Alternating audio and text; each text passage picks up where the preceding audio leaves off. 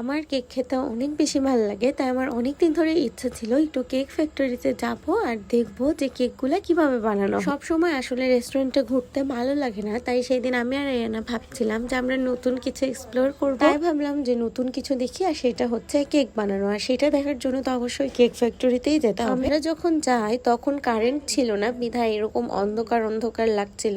এক পাশে অনেকগুলা ক্রিম ছিল, এক পাশে এরকম বাটার কেক গুলা বানিয়ে রেখেছিল, ডেকোরেশন করা বাকি ছিল। আর এখানে হোয়াইট ফরেস্ট, ব্ল্যাক ফরেস্ট এগুলা বানাচ্ছিল। বেশি আমরা সবাই কিন্তু কেক খেতে অনেক পছন্দ করি, আর কেক ব্যাপারটা আমাদের খুব খুশির একটা কারণ। মনে হতো বাসায় কেক আসলেই কোনো একটা ওকেশন, হয়তো কারোর অ্যানিভার্সারি নয়তো বা বার্থডে। তবে এখন যে জায়গায় জায়গায় কেক পট্টি হয়েছে, কেক যে একটা স্পেশাল ব্যাপার, ফুল প্রসেসটা কাউকে দেখাবে না, কারণ এটা তাদের প্রাইভেসির একটা ব্যাপার। তবে আমি যেটুকু দেখেছি তারা যে এখানে কেক বানাচ্ছিল, আশপাশটা বেশ ভালোই ক্লিন ছিল, এর মোলগুলাও ভালো ছিল, মানে টাটকা টাটকা কেকই বের করছিল আর ওইটাই বানাচ্ছিল। পাশে অনেকগুলা কাপ কেক বানানো ছিল। আসলে এই কেকগুলা সাইজ করার পর যখন যে কেকগুলা থেকে যায়, ওইটা দিয়ে আসলে কাপ কেক বানানো হয়। অনেক কেক বানানো হচ্ছিল। তাছাড়া ওখানে আরো একটা ফ্যাক্টরি ছিল, আমি যাইনি, অবশ্যই নেক্সট টাইম যাবো ইনশাআল্লাহ। তাদের হাতের কাজ দেখলাম অনেক ফাস্ট, একদম সাট করে কয়েকটা কেক বানায়। এই ব্যাপারগুলো আসলে দেখতে অনেক বেশি ভালো লাগে। তোমরা যারা নতুন কিছু দেখতে চাও তারা অবশ্যই কিন্তু এই ধরনের জায়গায় এক্সপ্লোর করতে পারো।